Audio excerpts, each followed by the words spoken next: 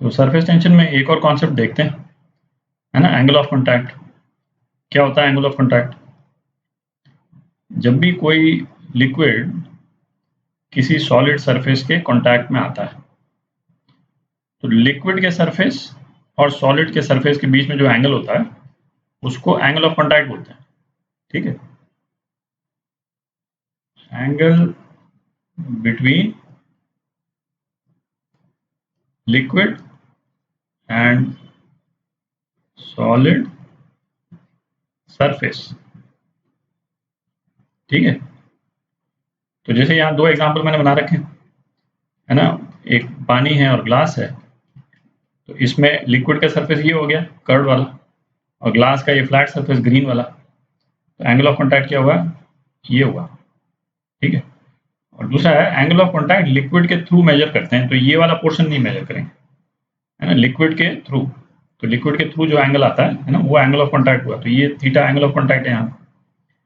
Mercury के case में, है ना, मरकरी जो है वो ग्लास से स्टिक नहीं करता है, तो एंगल ऑफ कॉन्टैक्ट मरकरी के केस में ये हो गया, है ना, लिक्विड के थ्रू, तो ये एंगल ऑफ कॉन्टैक्ट हो गया।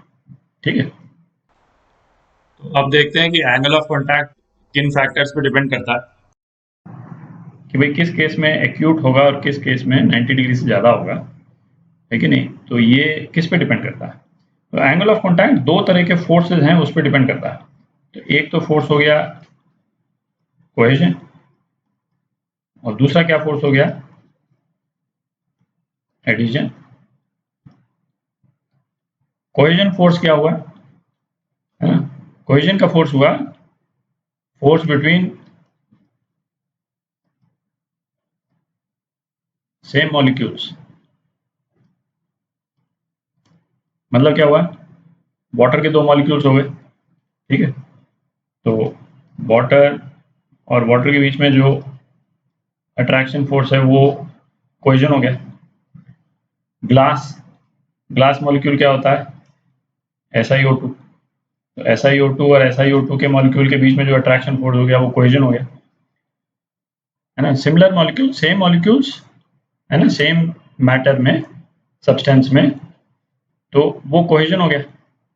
और एडेजन क्या हुआ, है ना, force between molecules of different substance.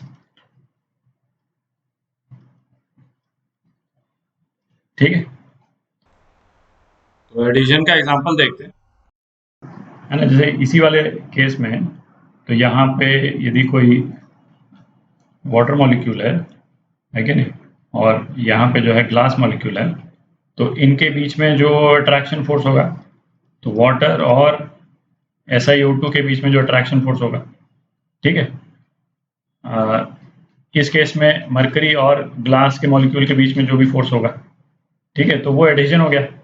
अच्छा, जरूरी नहीं है एडिशन जो है वो लिक्विड सॉलिड के बीच के मॉलिक्यूल्स के बीच में ही हो, है कि नहीं। आप जैसे कोई भी ग्लू है ना, ग्लू है, जैसे फेविकॉल हो गया, ठीक है, तो कोई भी ग्लू जो है वो किस तरह से चिपकाती है ना। आपने एक कोई सब्सटेंस लिया, तो यहाँ पे आपने ग्लू लगा दिया और यहाँ पे दूसरा सब्सटेंस लगा दिया, ठीक है, तो ये ग्लू का मॉलिक्यूल और जो सब्सटेंस के मॉलिक्यूल के बीच में एडिशन का फोर्स बहुत स्ट्रांग होता है, तो इसीलिए वो दो अलग अलग सब्सटेंसेस को, है ना, चिपका देता है। ठीक है, और या फिर जैसे आप चौक से लिखते हैं ब्लैक बोर्ड पे, है ना, चौक से आप ब्लैक बोर्ड के ऊपर लिखते हैं, तो चौक जो है वो चिपक जाती है ब्लैक बोर्ड पे, ठीक है, तो इसीलिए चिपकती है क्योंकि चौक का जो मॉलिक्यूल है वो ब्लैक बोर्ड के मॉलिक्यूल से अट्रैक्ट होकर के और वहीं पे जो है वो स्टिक कर जाता है। ठीक है, तो ये एग्जांपल हो गए एडिशन फोर्स के। तो ये जो दो फोर्सेस हैं, है ना, कोहेजन का फोर्स और एडिशन का फोर्स, ये एंगल ऑफ कॉन्टैक्ट को कैसे डिसाइड करते हैं, है ना, वो देखते हैं। और इसको अपन दो तरह से देखेंगे, है ना, एक तो एनर्जी के पॉइंट ऑफ व्यू से देखेंगे, और दूसरा जो है वो फोर्सेस के डायरेक्शन को एनालाइज करके देखेंगे कि किस एंगल पे इक्विलिब्रियम बनता है। ठीक है, तो पहले जो है वो एनर्जी के पॉइंट ऑफ व्यू से देखते हैं। तो एनर्जी के पॉइंट ऑफ व्यू से देखते हैं, अपन ने दो सरफेस ले लिए यहाँ पे, है ना, ग्लास सरफेस और वाटर सरफेस, है ना, ये ग्लास के मॉलिक्यूल्स बना रखे हैं और ये वाटर मॉलिक्यूल्स बना रखे हैं अपन। ठीक है। अच्छा, ग्लास और वाटर के सरफेस के बीच में, है ना, जो वाटर का जो कोहेजन फोर्स है वो जो ग्लास और वाटर के बीच में जो एडिशन का फोर्स है, तो एडिशन फोर्स कौन सा हो गया, वाटर और ग्लास के मॉलिक्यूल्स के बीच में जो फोर्स हुआ वो एडिसिव फोर्स हुआ, और कोहेसिव फोर्स हो गया जो वाटर मॉलिक्यूल्स के बीच में हुआ। तो एफ सी जो है ना, इसको मैं एफ सी बोलता हूँ, एफ सी और ये एफ ए। तो एफ सी जो है वो एफ ए से कम है, वाटर और ग्लास की बात कर रहे हैं, है ना, उसमें एफ सी जो है वो इस वाले केस में एफ ए से कम है। ठीक है। अपन एनर्जी प्रिंसिपल यूज कर रहे हैं, है ना, अपन एग्जैक्टली वही लॉजिक लगाएंगे, वो जिस लॉजिक को यूज करके अपन ने ये कहा था कि कोई भी लिक्विड ड्रॉप है परफेक्टली स्फेरिकल रहती है।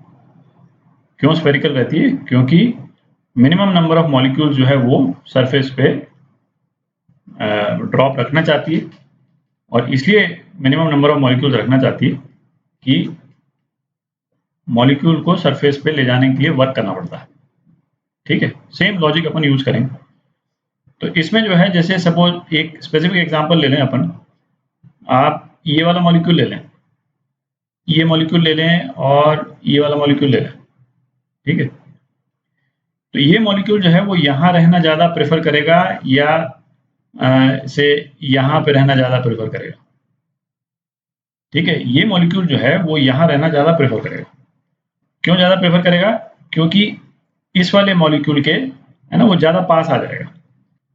जैसे वाटर के इस मॉलिक्यूल को इस ग्लास मॉलिक्यूल से इतना दूर रखने के लिए हमको वर्क करना पड़ा होगा। ठीक है, और यदि ये पास में आ जाता है तो बेसिकली उतनी एनर्जी रिलीज हो जाती है। ठीक है, उतना सिस्टम की पोटेंशियल एनर्जी जो है ना वो कम हो जाती है। ठीक है, तो बेसिकली क्या होगा कि ये मॉलिक्यूल, ज़्यादा से ज़्यादा मॉलिक्यूल्स कोशिश करेंगे कि वो जितने ज़्यादा हो सकें जो है वो ग्लास मॉलिक्यूल्स के पास में आ जाए। आप समझ रहे हैं? जैसे जैसे सपोज इनिशियल सरफेस ये होता, यहाँ से हमको यदि ये वाला सरफेस बनाना होता है ना, इस स्टेट से यदि इस स्टेट पे जाना होता है ना, इस तरह से आप समझ लें ज़्यादा इजी हो जाएगा। यदि सपोज इस तरह से फ्लैट हुई भी है वाटर का जो सरफेस है, यहाँ से यदि इसको इस स्टेट में जाना होगा तो हमको वर्क करना पड़ेगा। क्यों वर्क करना पड़ेगा? क्योंकि इन मॉलिक्यूल्स के बीच में अट्रैक्शन फोर्स बहुत स्ट्रांग है। ठीक है, इन मॉलिक्यूल्स के बीच में अट्रैक्शन फोर्स ज़्यादा स्ट्रांग है, तो उनको बेसिकली हमको दूर लेकर के जाना है ना, तो दूर लेकर के जाना होगा तो हमको वर्क करना पड़ेगा। ठीक है, और वर्क इसलिए करना पड़ रहा है, एडेसिव फोर्स जो है वो कोहेसिव फोर्स से ज़्यादा है। ठीक है, तो इसीलिए इस स्टेट से इस स्टेट में आना ये नेचुरल है। यहाँ से यहाँ जाने के लिए तो हमको वर्क करना पड़ेगा, पर यहाँ से यहाँ आना इसके लिए नेचुरल है।